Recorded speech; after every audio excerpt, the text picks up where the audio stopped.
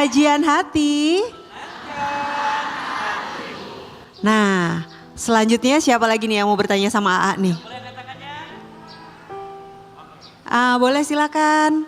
Assalamualaikum warahmatullahi wabarakatuh. Waalaikumsalam Warahmatullahi wabarakatuh. Perkenalkan Ustadz, nama saya Ima. Izin bercerita. Setiap orang tua pasti memiliki keinginan dan impian memiliki anak yang sehat, ceria, dan pastinya bersama-sama untuk membersamai menggapai cita-citanya.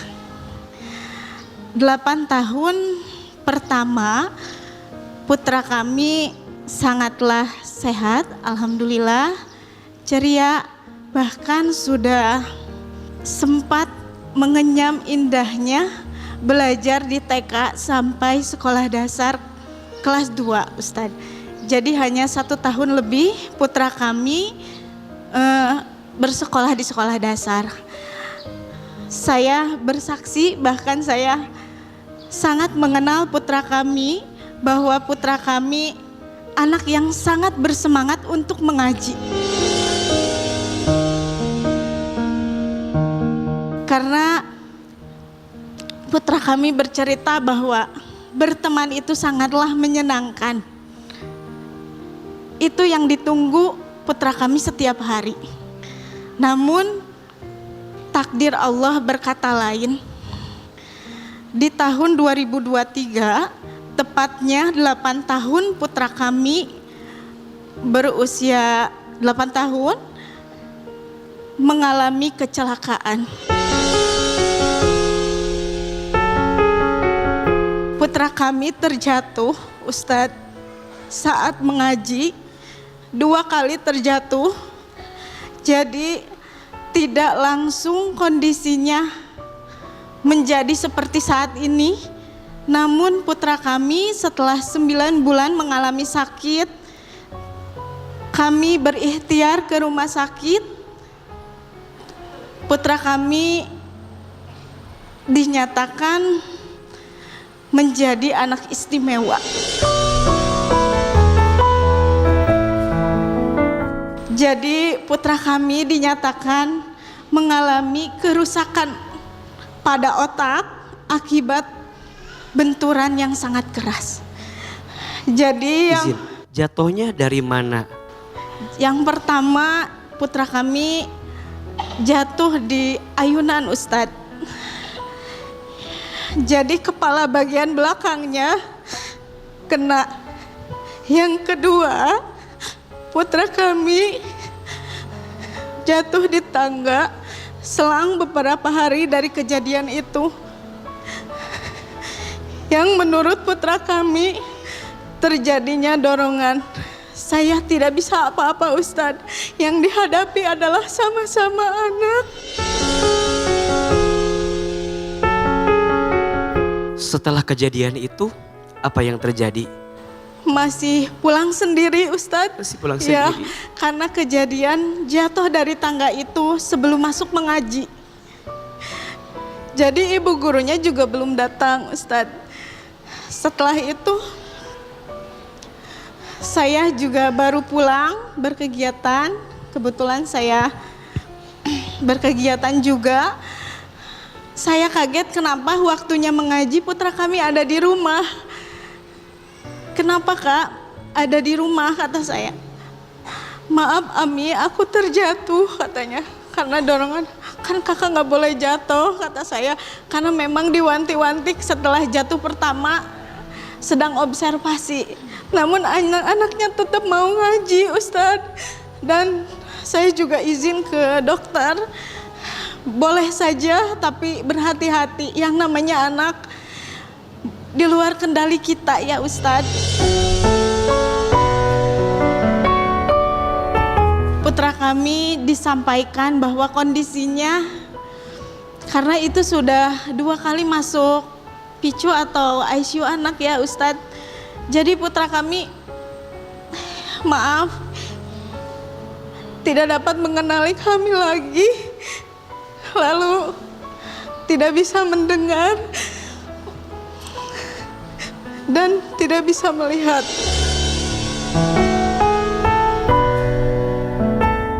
Ini kejadiannya sudah berapa lama berarti?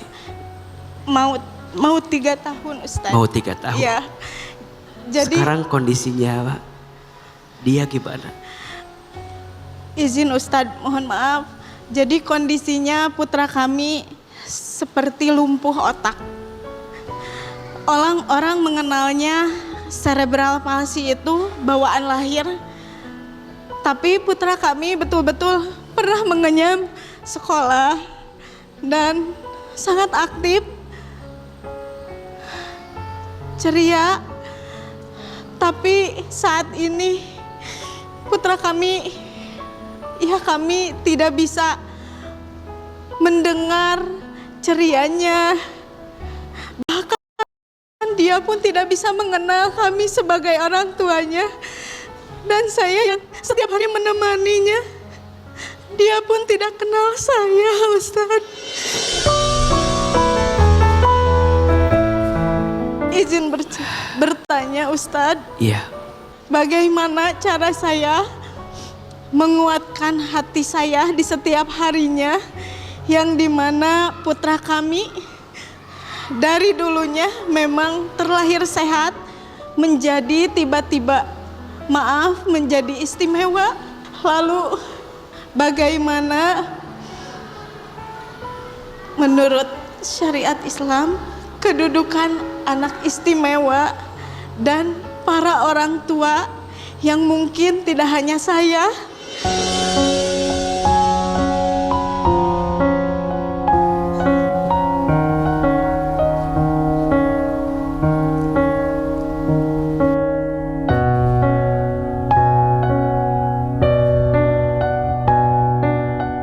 Bunda, pertama Ahilman ingin menguatkan untuk siapapun yang dianugerahi anak yang istimewa, untuk selalu meyakini bahwa anak yang istimewa itu adalah anugerah dari Allah yang sedang disiapkan untuk orang tuanya mendapatkan pahala yang istimewa dalam hidupnya. Ingat, anak yang spesial dan istimewa bukan aib. Anak yang spesial dan istimewa itu bukan fitnah. Tapi anak yang spesial dan istimewa itu adalah pahala terbaik yang Allah siapkan untuk orang tuanya ketika orang tuanya sabar menemani anaknya sampai kelak dia kembali kepada Allah Subhanahu wa taala. Jangan membencinya. Jangan menghina takdirnya. Bahkan biasanya anak yang istimewa itu punya rasa sayang yang lebih daripada yang lain kepada orang tuanya. Maka peluk dia, temani dia. Jangan pernah malu punya anak seperti dia.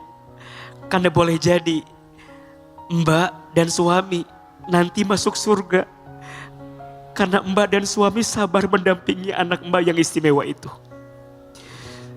Sebagaimana istimewanya anak yang Allah berikan, maka seistimewa itu juga pahala yang Allah siapkan. Salamun alaikum bima sobartum fani'ma uqbaddar. Salam untukmu yang sabar. Maka aku siapkan tempat terbaik karena kesabaran yang kamu lakukan, yaitu surganya Allah Subhanahu wa taala. Laqad khalaqnal insana fi ahsani taqwim. Sungguh kami, kata Allah, telah menciptakan manusia dengan bentuk yang paling sempurna. Mohon maaf, ada orang yang diberikan mata, matanya terlihat sempurna, tapi matanya tidak digunakan untuk melihat yang baik-baik. Sedangkan sisi lain, ada manusia yang mungkin matanya tak bisa melihat, tapi justru Allah jaga matanya untuk tidak melihat yang tidak baik. Boleh jadi yang tidak bisa melihat itu lebih sempurna di hadapan Allah daripada orang yang bisa melihat. Maka mbak, tidak sempurna itu menurut kita. Tapi menurut Allah, dia itu adalah sempurna. Dan percayalah, Allah tidak mungkin menitipkan anak yang spesial untuk kita, kecuali Allah menyiapkan pahala yang spesial untuk kita. Maka bersabar dan kuat melewatinya. Yang kedua, untuk orang tua yang diberikan ujian anaknya sakit, percayalah sesungguhnya yang sakit adalah anaknya, tapi yang sabar adalah orang tuanya. Kita semua ingin anak kita sehat, anak kita baik, anak kita terjaga. Tapi kadang takdir mengatakan tidak. Mbak jangan menyalahkan keadaannya, tapi Mbak terus meminta kepada Allah agar kemudian Mbak dibukakan jalan keluar dari rasa sakit yang Mbak rasakan. Sakitnya anak untuk orang tua adalah ladang pahala. Sakitnya anak untuk orang tua adalah penghapus dosa. Sakitnya anak untuk orang tua adalah pengangkat derajat dalam hidupnya. Dan sakitnya anak untuk orang tua adalah pelengkap untuk saling bersama dalam kehidupan. Maka yang paling penting, suami Mbak tetap kuat melewati ini semua. Maka di antara doa yang jangan sampai lupa ya, baca nih. Baca doa untuk anak-anak kita. Mudah-mudahan anak-anak kita tumbuh dalam kebaikan. Bismillahirrahmanirrahim. Rabbana hablana min azwajina wa zurriyatina qurrata a'yun waj'alna lil muttaqina imama. Amin. Jangan lupa ya, setelah sholat baca doa ini agar Allah menjaga semua anak-anak kita. Amin ya rabbal alamin. Mungkin yang pertama yang saya rasakan lebih pedih ya dari segalanya, karena anak itu harapan kita semua ya. Jadi saya selalu bertanya-tanya kenapa harus anak saya. Saya selalu di dalam hati mengucap, ya Allah boleh uji saya, boleh hukum saya, tapi mohon kembalikan putra saya, kembalikan keceriaannya, setidaknya duduk lagi, panggil lagi saya. Karena selama 3 tahun ini putra kami betul-betul tidak bersuara, Kak. Yang namanya hilang ingatan, pasti tidak mengenal kami. Alhamdulillah selama 3 tahun ini penuh dengan kepedihan dan kegundahan, dan banyak sekali yang mengganjal kenapa harus saya, kenapa harus anak saya, dan hari ini terjawab. Ternyata memang secara takdir itu sudah tertulis. Jadi alhamdulillah semakin tenang, lebih menerima, dan saya semakin lega, Kak. Alhamdulillah.